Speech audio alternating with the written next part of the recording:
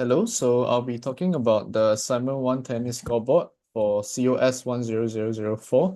So my name is Lim Zhi Xuan and I have designed this circuit for the tennis scoreboard.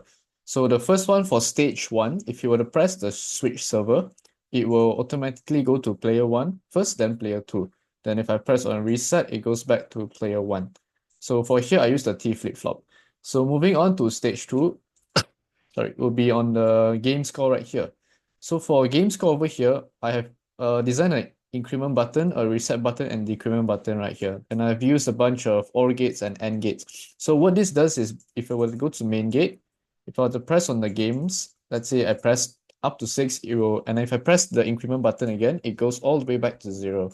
But I have also developed the decrement button. So if let's say you were to have an error here, you can just decrement. And if you press on the decrement button, it will have nothing, no effect. So let's say same thing, if I go 5, it will reset. And if I press all together, if I press the reset button, it goes back to 0, 0, 0. So moving on, we're going to the stage 3, which is the point score display, which is this one. All right, so the point score is a bit messy because I find this a bit hard to do. It's a bit complicated, but I still managed to do it. So what this does is a counter from 0 to 4. So if I were to press on the increment button, 1, 2, 3, 4, it's all in binary.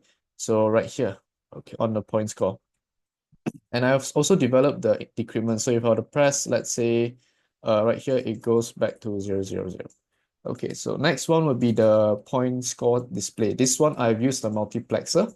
So as you can see, it's all using multiplexer. I've developed this using the Boolean algebra expression.